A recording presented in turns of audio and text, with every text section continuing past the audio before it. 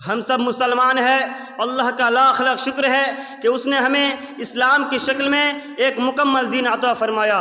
ارشاد ربانی ہے، اليوم اکملت لکم دینکم واتممت علیکم نعمتی ورضیت لکم الاسلام دینا۔ آج میں نے تمہارا دین تمہارے لیے مکمل کر دیا اور اپنی نعمتیں تم پر تمام کر دیا اور اسلام کو تمہارے لیے کہ دین کی حیثیت سے پسند کر لیا۔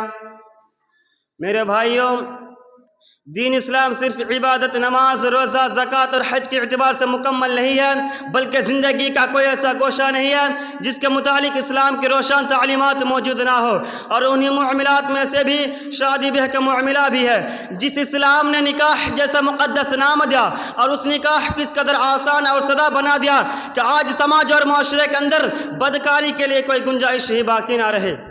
ہمارے رسول اکرم صلی اللہ علیہ وسلم کے مبارک دور میں نکاح کتنے سادگی سے ہوتے تھے، اس کا اندازہ اس بات سے لگائیے کہ بخاری شریف میں آتا ہے کہ ایک مرتبہ رسول اکرم صلی اللہ علیہ وسلم نے حضرت عبد الرحمن بن عوف رضی اللہ تعالیٰ عنہ کے کپڑوں پر زردی لگی ہوئی دیکھی، تو آپ نے پوچھا کہ کیا بات ہے؟ تو انہوں نے عرض کیا کہ اللہ کے رسول، میں نے نکاح کر لیا ہے۔ یہ بات سن کر آپ صلی اللہ علیہ وسلم نے انہیں برکت کی دعا دی اور ولیمہ کرنے کا حکم دیا۔ غور کیجئے میرے بھائیو، حضرت عبد الرحمن بن عوف رضی اللہ تعالیٰ عنہ کس پائے کے صحابی ہیں، اور ہم سب کو معلوم ہے کہ عشرہ مبشرہ میں سے ہے اور اللہ کے رسول صلی اللہ علیہ وسلم کے رشتہ دار بھی لگتے ہیں، اور یہ شادی کر لیتے ہیں اور آپ صلی اللہ علیہ وسلم کو خبر تک نہیں ہوتی۔ یہ حال تھا میرے بھائیوں اس دور میں نکاح کی سادگی کا، مگر بڑے افسوس کی بات ہے کہ آج اس نکاح کو الٹے سیدھے رسم رواج کی جنجیروں سے ایسا جکڑ دیا گیا ہے کہ بدکاری اور حرام کاری کی بنسبت آسان ہو گئی۔ رسول اکرم صلی اللہ علیہ وسلم نے ایک مرتبہ بیان فرمایا تھا کہ نکاح کس قدر آسان بنا دو کہ بدکاری مشکل ہو جائے، مگر افسوس صد افسوس آج اس نکاح کس قدر مشکل بنا دیا گیا ہے کہ زنا کاری آسان ہو گئی۔ آج نہ جانے کتنے غریب گھروں کی لڑکیاں صرف اس لیے کنواری بیٹھی ہے کہ ان کے والدین ان کی شادی کے لیے لمبے چوڑے جہیز کے انتظام نہیں کر پا رہے ہیں۔ میرے بھائیوں، میرا سوال یہ ہے کہ آخرکار جہیز نام کی بلا آئی کہاں سے؟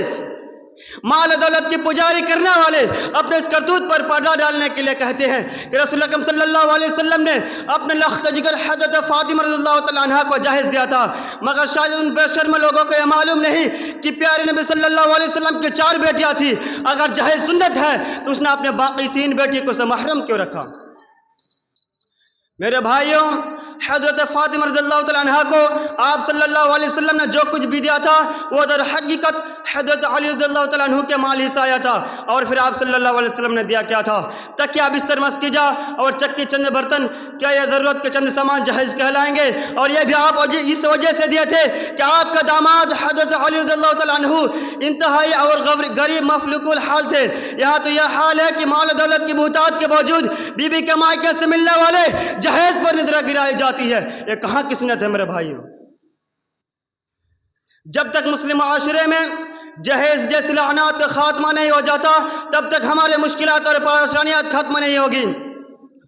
آج ان مظلوم بے کس بہنوں کی آہیں مسلمانوں پر عذاب بن کر ٹوٹ رہی ہے جو جہیز کی نظر چڑھ چکی ہے۔